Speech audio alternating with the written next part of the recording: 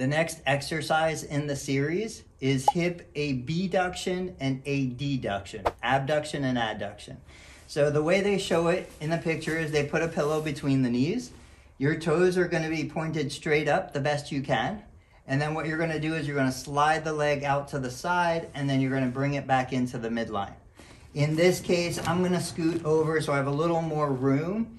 Again, my toe is pointed straight up. I'm sliding out and I'm bringing it back together.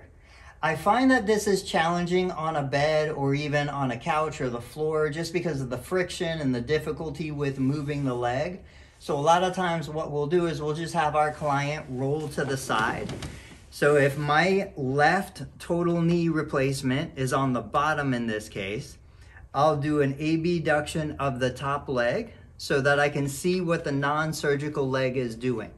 Once I've done a set of 10, I can switch, and I'll do the same thing now with the surgical leg on top. We would do 10 repetitions.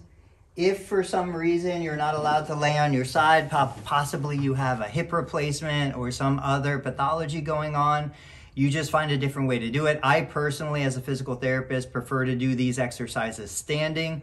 So if I was gonna stand, I would stand straight, hands on a kitchen counter, and I would raise my leg out to the side. 10 repetitions, 3 to 4 sets, once or twice a day.